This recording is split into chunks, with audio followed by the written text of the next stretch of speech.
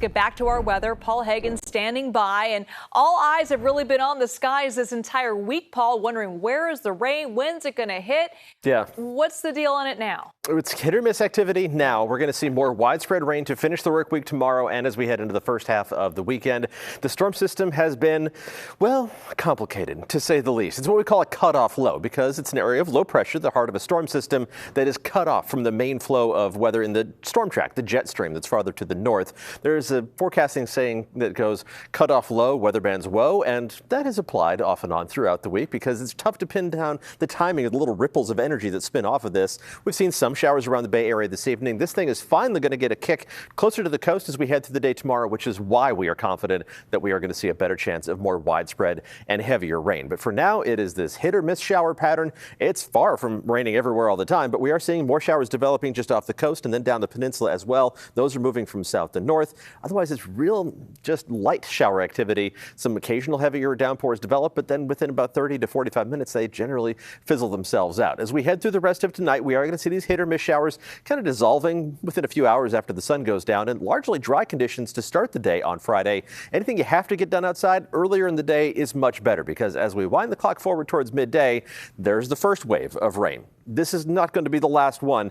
There are going to be breaks in between. So every time one of these comes through with maybe 1/10 of an inch to 1/4 inch of rainfall, generally across the board, there's going to be some fluctuations from spot to spot.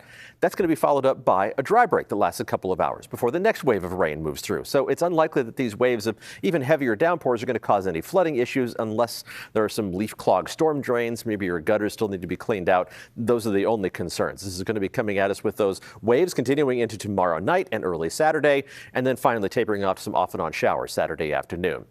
It's possible, especially tomorrow afternoon and tomorrow night, that we could hear a few rumbles of thunder. The Storm Prediction Center has outlined much of the California coastline, even parts of the Central Valley, in what they call their general thunderstorm outlook, which means nothing severe like they get in other parts of the country, but the possibility of some cloud to ground lightning strikes, some rumbles of thunder, and even some small hail out of some of those strongest cells. So how much rain are we talking about? You go inland in the East Bay and the Santa Clara Valley, probably less than 1/2 inch of total rainfall on top of what you've already picked up, which those amounts have been kind of meager. For the North Bay and then along the coast and the coast side of the peninsula, anywhere between 1/2 inch and 1 inch of rain. And then you go into the higher elevations, that's where you could pick up 1 inch, even more than 1.5 inches of total rainfall. Some of the higher elevations of Marin and Sonoma counties, and same thing in the Santa Cruz Mountains. So we'll be adding that up. And of course, the cloud cover is going to take a little chunk out of our solar electricity generation, especially on Saturday. The number is way down, but we will make up for that as we head through a dry Thanksgiving week. Looking outside right now from Mark Hopkins Hotel, temperatures are in the 60s for the most part. In fact, everybody now in the low to mid 60s. Will dip down to the 50s later on tonight.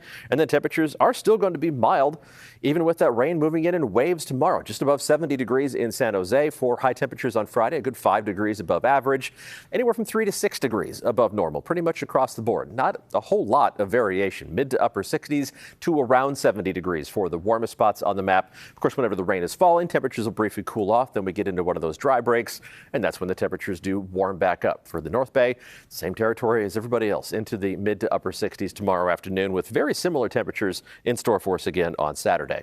Let's bring in the 7-day forecast, and just got a couple more days to go in this unsettled weather pattern. So the dividing line is from Saturday to Sunday. Everything from Sunday onward is looking dry and looking fairly warm. Temperatures are going to be running 5 to 7 degrees above average by Tuesday and Wednesday, and it looks like a pretty warm pattern is going to stick around all the way through the Thanksgiving holiday. So a couple more days of wet weather to go, and then nice travel weather and just generally pleasant weather in store all the way through the Thanksgiving holiday, and likely all the way through the 4-day weekend as well. One more 7-day forecast to check for the coast, which obviously is going to be a little bit cooler, but not substantially. Temperatures still running in the mid, maybe even upper 60s by the time we hit the middle of next week. Maybe a couple degrees cooler for the Thanksgiving holiday. All right.